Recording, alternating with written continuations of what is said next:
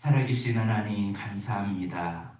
영원히 죄악으로 말미암아 죽을 수밖에 없는 우리, 또 이 죄의 뿌리로 마귀의 올무에 놓여서 한평생 마귀의 종로로 탈 수밖에 없는 우리를 예수님의 십자가의 보혈로 우리를 구원하여 주옵시고, 그 예수 그리스도의 그 존귀한 보혈이 우리를 자유케 되며 우리를 회복시켜 주시고 우리를 마귀에서 해방시켜 주시는 애 감사합니다.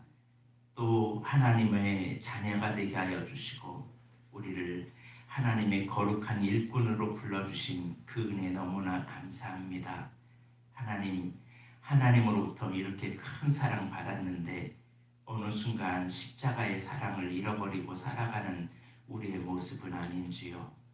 오늘 우리 자신들을 다시 바라보게 하여 주옵시고, 가론 유다의 길이 아닌 주님을 따르는 온전한 제자의 길을 걸어갈 수 있도록 주여 붙잡아 주옵소서. 감사드리며 예수님의 이름으로 기도드립니다. 아멘. 성경에 보면 대제사장들 그리고 바리새인들 그리고 수많은 사람들이 예수님을 죽이려고 합니다. 근데 그 죽이려는 본색의 의미가 뭐냐면 시기심이에요.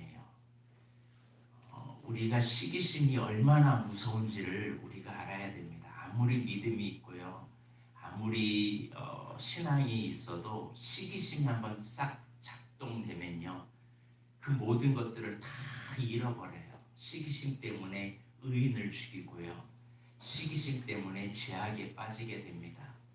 그러므로 우리는 정말 조심해야 할 것이 뭐냐면, 같은 교회 안에서 누가 나보다 조금 더 높다, 예수가 죽은 자도 살렸더라, 그렇게 놔두면 우리가 위험하다라고 하면서 예수를 예수십자가에 못 박이려고 이제 작정하고 모의해서 이제 예수님을 십자가에 못 박으려고 작정하고 있었거든요.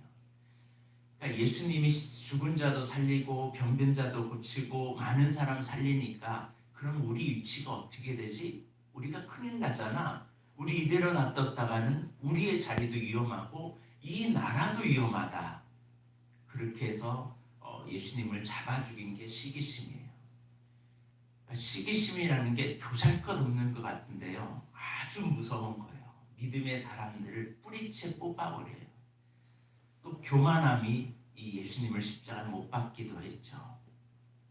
자신들이 최고로 높아져야 되고 자신들의 위치가 인정받아야 되는데 내가 더 높은데 저것이 더 높아지려고 하네. 그럴 때 사람을 죽이려고 해요. 오늘 본문에 보면 대제사장과 백성의 장로들이요, 본인들이 신성모독했다고 해서 예수님을 돌로 쳐서 죽일 수 있었어요. 근데 왜 안 죽였을까요? 돌로 쳐서 죽이지 않고 왜 빌라도에게 넘겨졌을까요? 이것도 의도가 있어요. 지금 6월절 때 아무 때나 돌로 쳐서 죽일 수 있는 게 아니에요. 지금에 모일 때는 6월절이 다가올 때예요. 온 백성들이 막 일어날 때예요. 이때 밀단을 꾸며서 이때 아니면 예수를 죽일 수 없다라고 생각하는 거예요. 그런데 6월절이라는 이 6월절은 사람의 피를 흘리면 6월절에 참여할 수가 없어요. 그러니까 자신들은 이제 6월절에 참여할 수 없고 자신들이 피를 흘리면 안 되기 때문에 이방인인 빌라도에게 피를 흘리게 하는 거예요. 이게 얼마나 악독한 일인지 보이죠? 자신들은 죽이지 않고 다른 사람을 대신해서 죽이게 만드는, 이게 우리 안에 얼마나 많이 있는지 몰라요. 자신은요 괜찮은 척, 안 그런 척해요. 근데 뒤에서 술수를 써요. 그래서 저렇게 했다라고 넘어뜨려요. 이게 인간이 가지고 있는 죄성입니다. 오늘 1절과 2절에 보면 대제사장과 백성의 장로들, 아주 뛰어난 사람들이에요. 아주 지도자적인 위치에 있는 사람들이에요. 예수를 죽이려고 모이는 것이 사람 죽이려고 의논하고 있는 거예요. 지도자들은 사람을 살려야 되고 지도자들은 어떻게 회복시키는 것이 지도자인데, 지도자들이 지금 무슨 의논을 하냐면 시기심 때문에, 교만 때문에 예수를 죽이려고 의논해요. 근데 이때 누가 나타나냐? 가룟 유다가 나타나요. 예수를 내가 넘기겠다, 얼마 주겠냐라고 하는 식으로 나타나는 거죠. 교회 안에는요, 예수를 온전히 따라가는 온전한 제자들이 있는 반면에 교회 안에는 이 가룟 유다가 얼마나 대단한 사람입니까? 제자의 위치에서 보면요, 요즘으로 말하면 교회에서 헌금 회계를 맡았던 사람이, 여러분 회계를 맡은 사람 아무나 회계 맡게 하나요? 어느 정도 교회에 위치가 있고 믿음이 있고 어느 정도 신뢰가 되고 그런 사람에게 회계 맡기잖아요. 그런데 이런 사람도 예수님을 부인해요. 우리가 정말 정신을 차리고 깨어있지 않으면 안 됩니다. 대형 사고가 날 때요, 대형 사고가 한 번에 나지 않아요. 징조가 있다고 그래요. 상품 백화점이 무너질 때 징조가 있고, 이 땅에 모든 어떤 문제가 있을 때 징조가 있어요. 그 징조를 깨달지 못하고 그런 작은 징조들을 가볍게 무시하고 나아가고 말면 점점 이게 사람이 강팍해지거든요. 사람이 점점 이거 괜찮아, 이 정도는 괜찮아, 괜찮아 하다가 큰 사고가 나는 겁니다. 포스코에서 어떤 사고가 나고 어떤 일이 일어날 때 징조가 일어나거든요. 이러면 분명히 일이 있을 것이다 라는 징조가 있어요. 그런데 그런 징조들이 무시하다 보면 대형 사고가 일어납니다. 마찬가지로 예수님께서도 이 가룟 유다가 이 길이 아님을 몇 번이나 가르쳐 주셨어요. 마리아가 향유 옥합을 부을 때 가룟 유다가 막 나무랐거든요. 이 돈이면 가난한 사람을 얼마나 도울 수 있는데 왜 이렇게 돈을 허비하느냐라고 책망을 합니다. 그러나 예수님께서는 가난한 자는 너희와 늘 함께 있다, 이 여인은 나의 장례를 준비한 거다라고 오히려 칭찬해 주죠. 마지막 만찬 때 예수님께서 마귀가 그의 생각에 들어간 걸 알고 계셨어요. 네가 나를 팔 것이다 라고 알려주기까지도 하셨어요. 그러면 정신을 차려야 되죠. 사람은 한번 강팍한 고집이 들어가면요, 무서워져요. 성경은 우리에게 고집을 꺾으라고 말하고 있습니다. 신앙생활에서 정말 중요한 것이요, 고집을 꺾는 거예요. 고집을 꺾지 않으면 예수님도 팔아요. 고집을 꺾지 않으면요, 그 고집 때문에 내가 멸망의 길을 가요. 성경은 강팍함을요, 요즘 우리나라 말로 고집이에요. 고집이 강팍함이거든요. 강팍함은 이렇게 예수님을 팔기까지 만들어요. 가룟 유다가 얼마나 많은 기적 보았나요? 오병이의 기적 보았겠죠? 예수님 무리를 걷는 거 보았겠죠? 나사로를 살리는 것도 보았겠죠? 많은 병자들 고치는 거 보았겠죠? 그 모든 신령한 신성한 모든 영적인 것을 다 경험했단 말이에요. 돈깨를 맡은 사람이기 때문에 하나님이 하신 일들을 다 보았단 말이에요. 여러분 나중에 한번 언제 설교할 기회가 있겠지만 예수님이 마지막 만찬을 준비할 때, 6월절 집을 준비할 때, 마지막 만찬을 할 때 그 집 무명의 사람이 내어준 거예요. 6월절 때요, 다 돈이 엄청나게 비쌀 때예요. 왜냐하면 사람들이 많이 여러분 여행을 하다 보면 굉장히 이렇게 여름 한참 잘 나갈 때는요, 일반 해수욕장 이런 데 가면요 비싸잖아요. 그리고 자리도 없어요. 그런데 참 신기하게요, 예수님께서 6월절 집을 준비할 거다, 누가 나에게 누가 6월절 집을 이렇게 달라가면 아마 줄 거다라고 하는 무명의 그리스도인이 나와요. 하나님 벌써 집을 다 준비해 줬어요. 돈 하나 안 들고 집을 준비했던 한 사람이 나와요. 무명으로 예수님께 집을 내어준 사람, 무명으로 나귀 새끼를 빌려준 사람 다 나와요.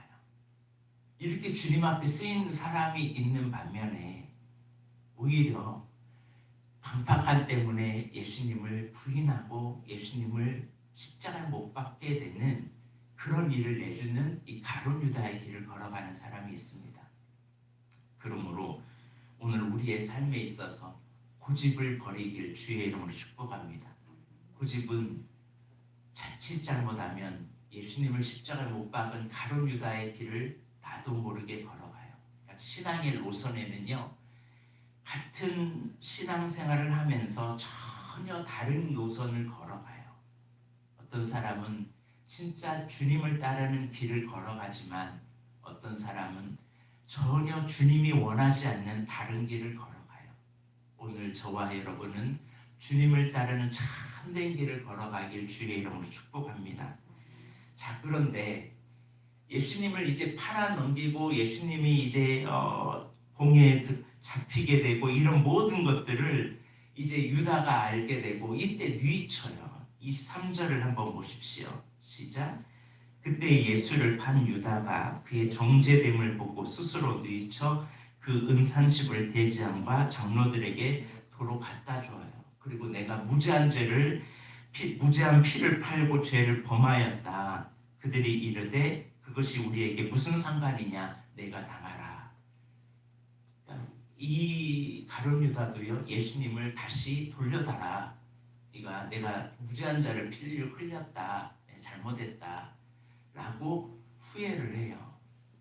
회개는 뭐냐? 후회만 하는 게 회개가 아니에요. 회개는 예수 그리스도 앞에 온전히 돌아가는 게 회개예요. 가룟 유다와 베드로의 차이를 아시잖아요. 베드로는 회개했다는 사실이죠. 근데 가룟 유다는 자기가 자신의 문제를 해결하려고 죽어요. 자살을 해요. 목을 메어서 죽어요. 그래서 이 목을 메어서 죽은 이 갑을 그냥 어떻게 할 수 없다라고 이 은30을 던져 넣었던 이 돈을 어떻게 할 수 없어서 토기장에 밭을 살아서 이것을 피갑이라라고 말합니다.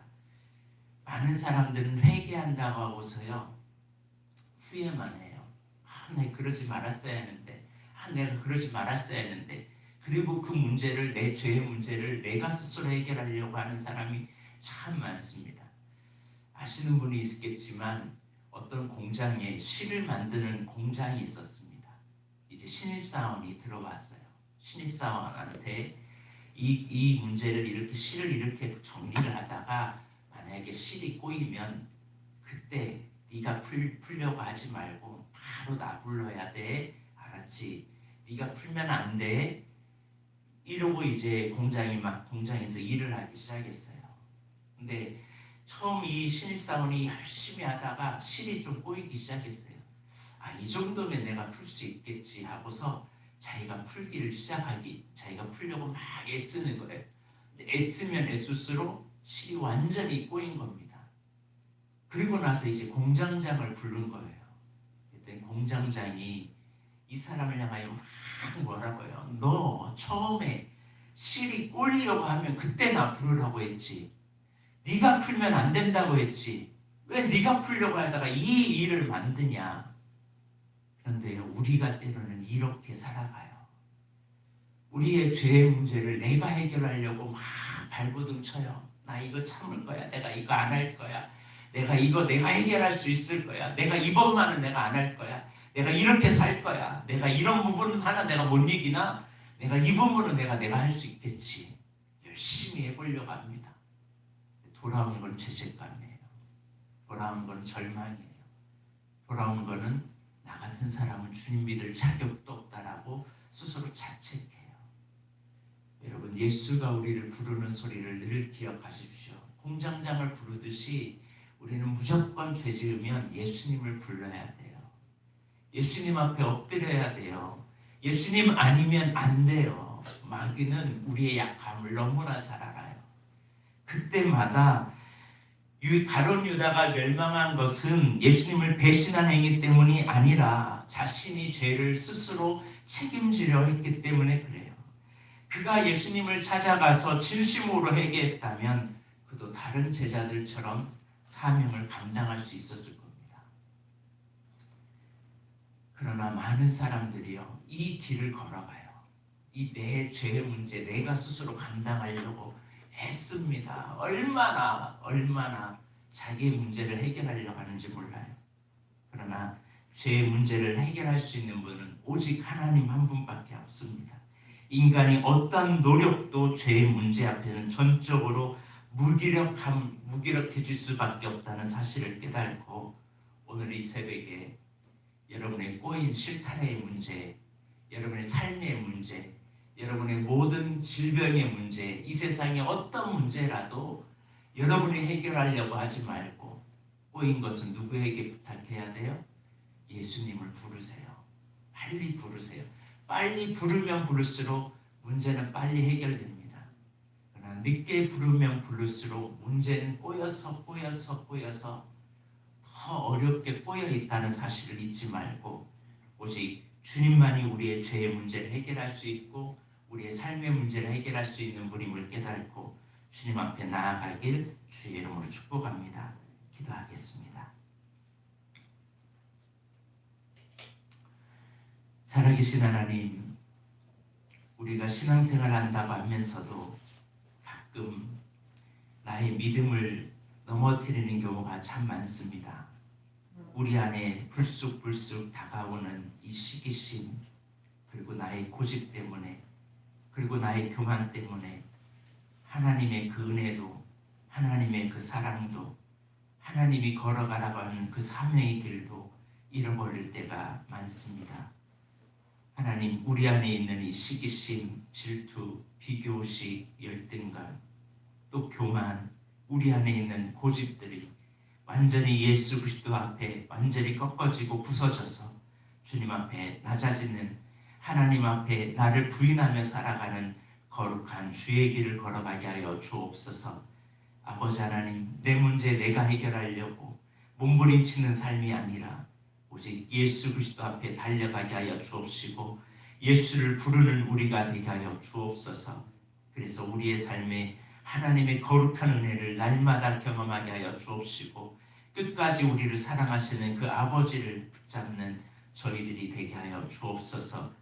오늘도 꼬여있는 문제, 해결되지 않는 문제 주님 앞에 아뢰입니다.